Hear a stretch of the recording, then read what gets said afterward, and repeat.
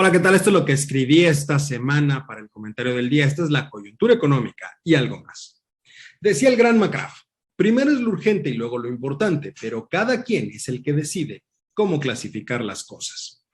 En esta ocasión quiero hacer referencia en este espacio a lo que recientemente publicó la directora gerente del Fondo Monetario Internacional, Kristalina Georgieva, sobre lo relacionado con las prioridades que, de acuerdo con el organismo que ella dirige, deberían de tener los países que conforman el grupo del G20.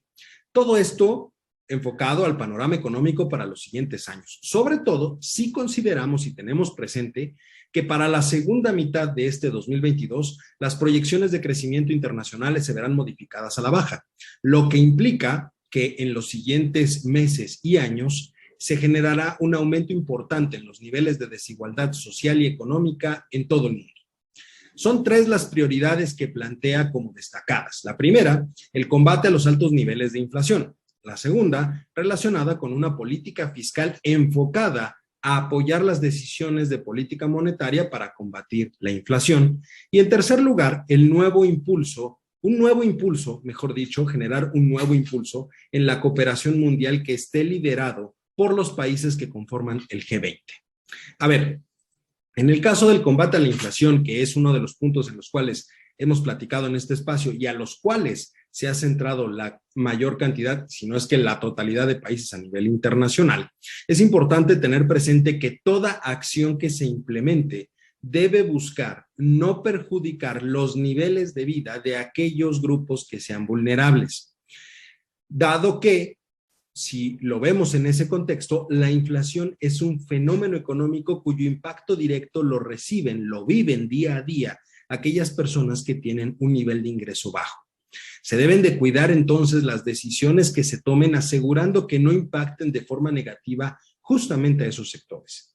A nivel internacional, nos encontramos en un punto en donde la mayor parte de los países están experimentando niveles inflacionarios nunca antes vistos en su historia, como es el caso de Estados Unidos, Gran Bretaña, Francia, Canadá, entre otros. Y sin embargo, el consenso de acciones tomadas por los diferentes bancos centrales convergen al mismo punto, un aumento en las tasas de interés, que finalmente es el mecanismo por predilección que hoy en día utilizan los bancos centrales.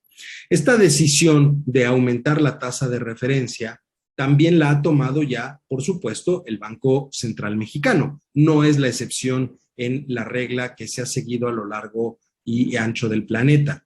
Sin embargo, se debe tener mucho cuidado con la implementación de todos estos mecanismos, no solo en México, sino en cualquier parte del mundo.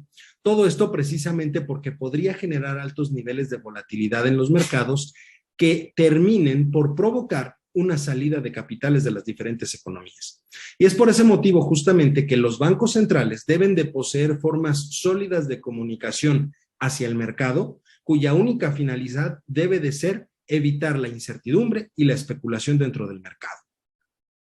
Sobre la política fiscal, y de acuerdo también con el Fondo Monetario, el punto central a cuidar son los niveles de endeudamiento. Muchos países adquirieron deuda durante la pandemia para poder implementar medidas extraordinarias de apoyo a la población y ha llegado el momento de empezar a retirarlas de forma paulatina, para de esta manera poder disminuir los niveles de demanda en el mercado y, por lo tanto, reducir las presiones sobre los precios. Asimismo, se debe de establecer un conjunto de reformas estructurales que privilegien el crecimiento dentro de la economía. Un ejemplo de esto podría ser lo relacionado con el fortalecimiento del mercado laboral o tal vez la reestructura del gasto. En el caso de nuestro país, no podemos hablar de una reducción paulatina de los apoyos porque no existió ningún apoyo real, ni a la base productiva ni a la población en general.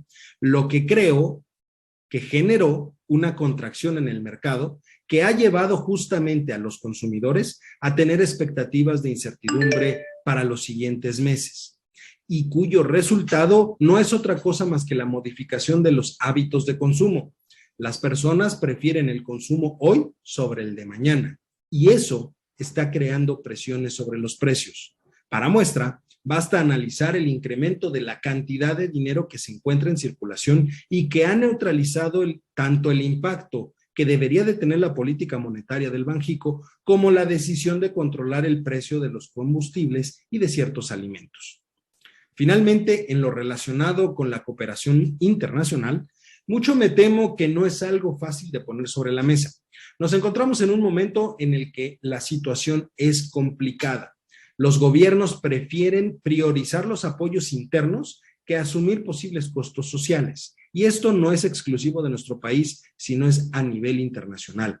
A menos que esté en juego algún interés muy particular del país en análisis.